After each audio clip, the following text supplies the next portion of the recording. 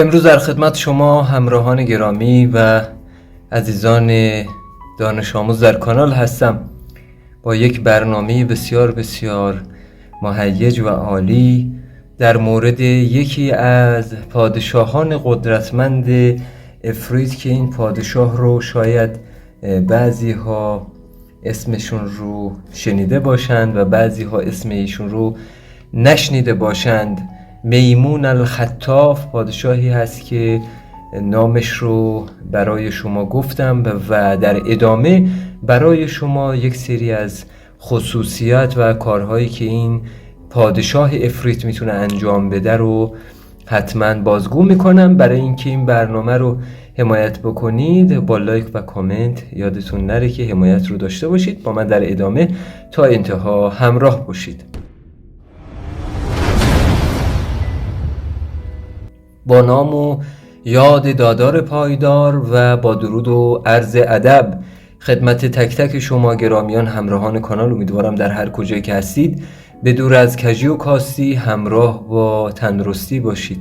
یک مطلب رو برای شما عزیزان بارهای بار در هر برنامه تکرار کردم و امیدوارم که مطلب سرلوحه زندگیتون باشه. اگر میخواید در زندگی به برکت برسید، چه حالا اونهایی که در علوم غریبه میخوان سیر بکنن، چه اونهایی که در این راه سیر نمی کنن، به پدر و مادر خدمت بکنید و این سرلوحه باشید برای کوچکترها، برای اینکه این عمل رو در زندگیشون گرامی بدارن. دوستان گرامی، در برنامه‌های مختلف در سری مجموعه به اصطلاح می شود گفت که واقعیات ماورا و علوم غریبه در مورد پادشاهان جن، در مورد موجودات مختلف، در مورد خیلی از مسائل صحبت کردم که میتونید از انتهای همین برنامه این پلیلیست رو برید نگاه بکنید و حقایق رو براتون گفتم. امروز رسیدیم به یکی از پادشاهانی که شاید نامش رو خیلی خیلی از عزیزان نشنیده باشند، شاید هم بعضیا شنیده باشند، به نام میمون الخطاف.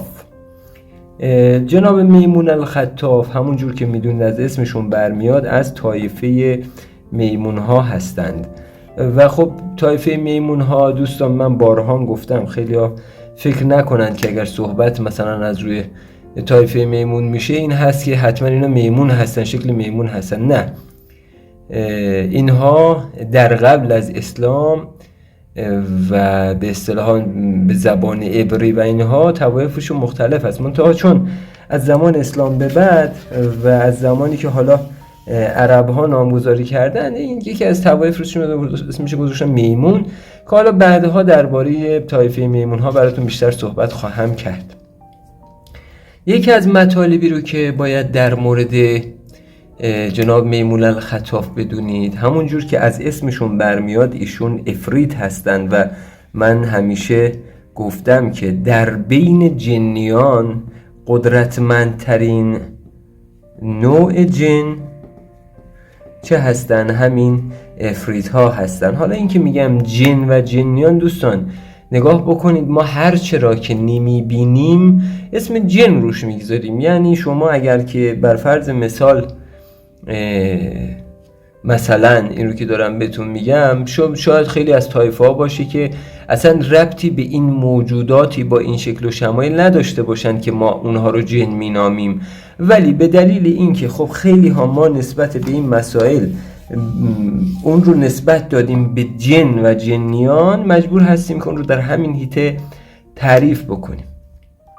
جناب میمون الخطاف عزیزان بر 3 لشکر بزرگ اصطلاحاً پادشاه هستند.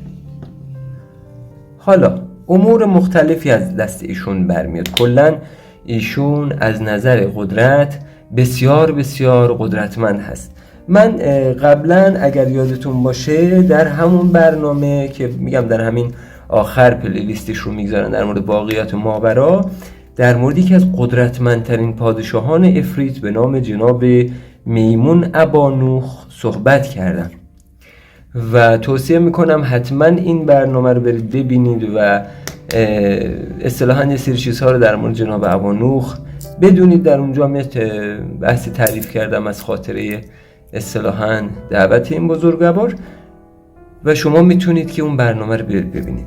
جناب میمون الخطاف، اگر شما بخواید در طایفه میمون ها رده بندی بکنید، یعنی رده بندی بکنید و بخواید در مورد میمون ها صحبت بکنید، خب سرسلسله اینها چه هست؟ جناب میمون ابانوخ، حالا بعضی ها میگن صحابی، بعضی ها میگن میمون ابانوخ سیاف از صحابی، بعضی ها خدمت شما عرض کنم همون میمون جناب ابانوخ میگن و اینها. در سرسلسله این اصطلاحاً پادشاهان قرار داده در طایفه میمون ها و افریت ها. در اصطلاحاً طایفه میمون ها خیلی میمون هست. میمون از زنگی هست، اصطلاحاً میمون الحبشی هست اگر اشتباه نکنم.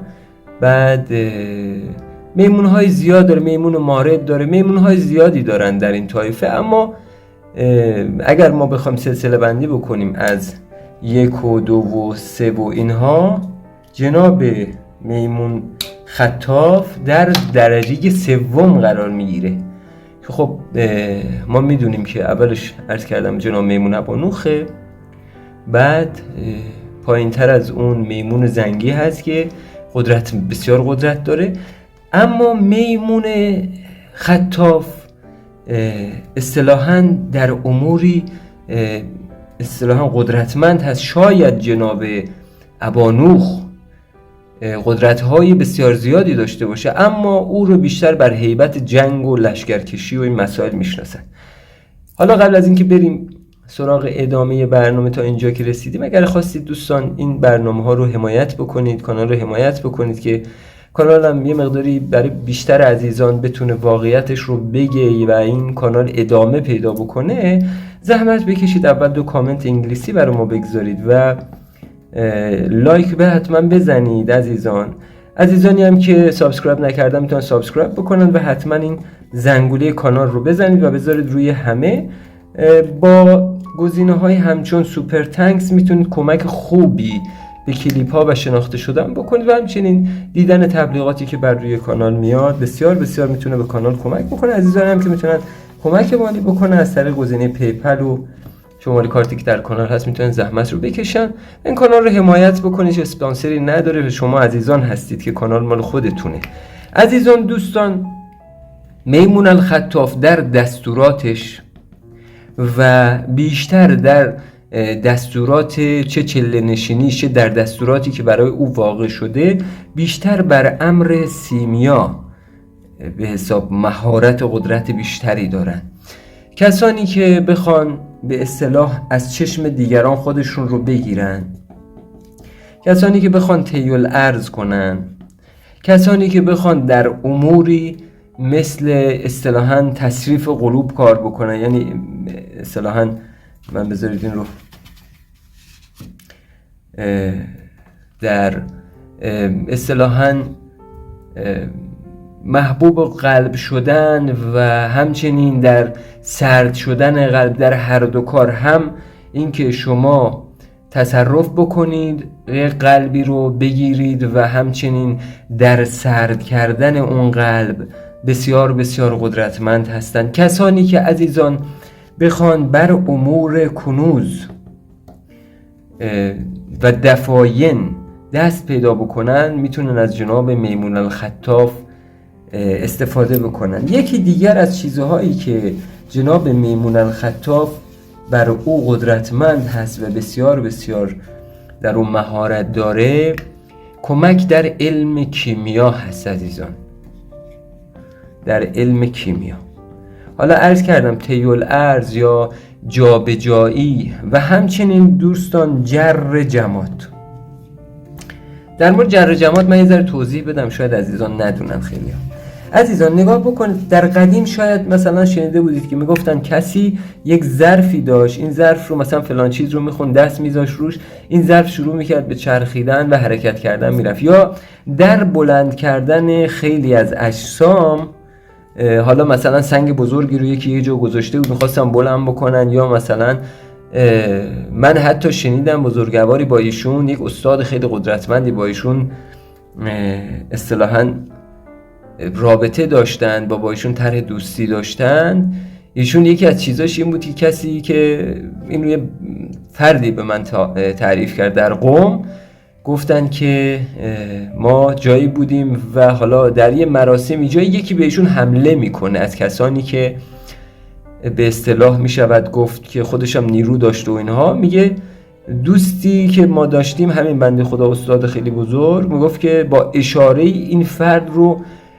چنان از زمین کند اون موجود و به دیوار کوبید که تا مدت‌ها این بنده خدا به حالش نمی اومد. بعد که ایشون متوجه میشه که ایشون همین بنده خدا استاد بزرگوار با آقای خطاف یا با میمون الخطاف در ارتباط هست و از ایشون در خیلی از امور استفاده میکنه، مثل امور عرض کردم کنوز، مثل جر جماد یعنی بلند کردن اجسام، و همچنین عرض کردم شما خیلی ها در جابجایی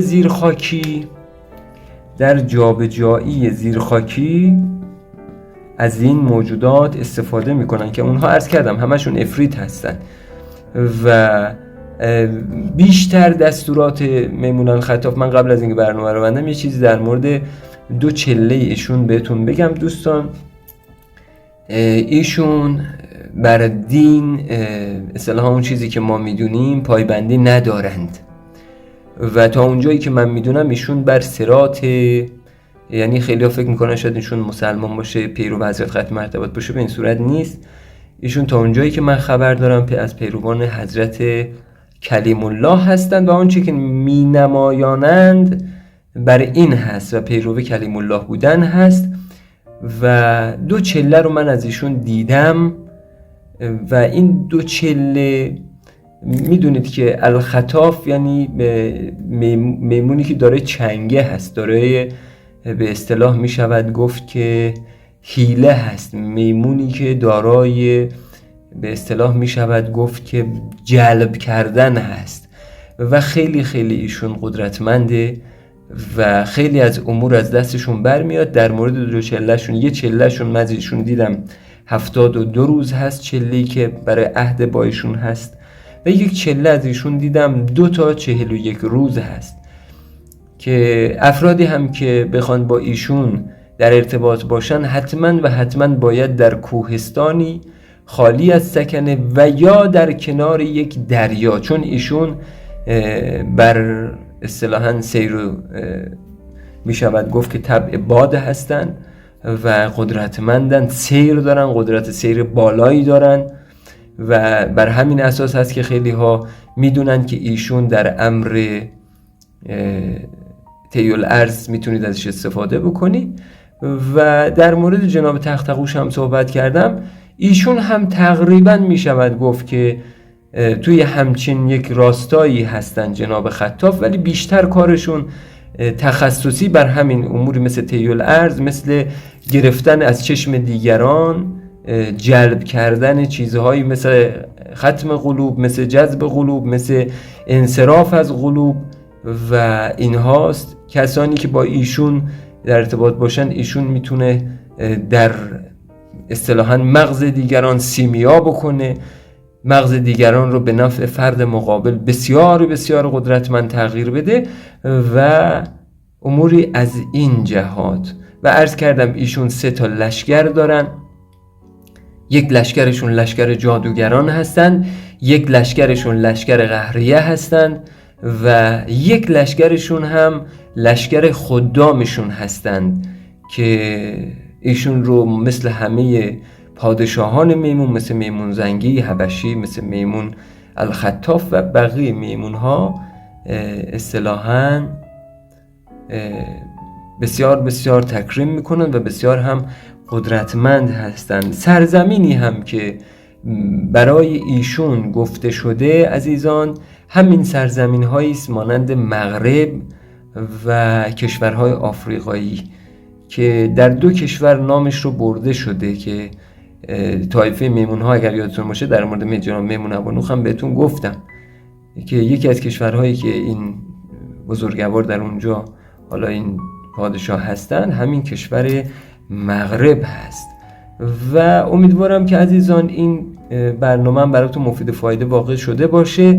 این برنامه صرفاً و این برنامه‌های حقایق ماورا که در انتهای همین برنامه پلیلیستش گذاشته میشه، برید حتما نگاه بکنید، صرفاً جهت آگاهی شما و شناخت شما از موجودات و آنچه که در عالم ماورا هست و هدف ما این هست که داناییتون زیاد بشه و در هر دامی و در هر چاله‌ای نیفتید. انشالله که ایام کامتون باشه و تا زمان دعای آخر شب و برنامه‌های آموزشی دیگه دادار پایدار یادتون، یار یاورتون و حمایت هم یادتون نره گرامیان.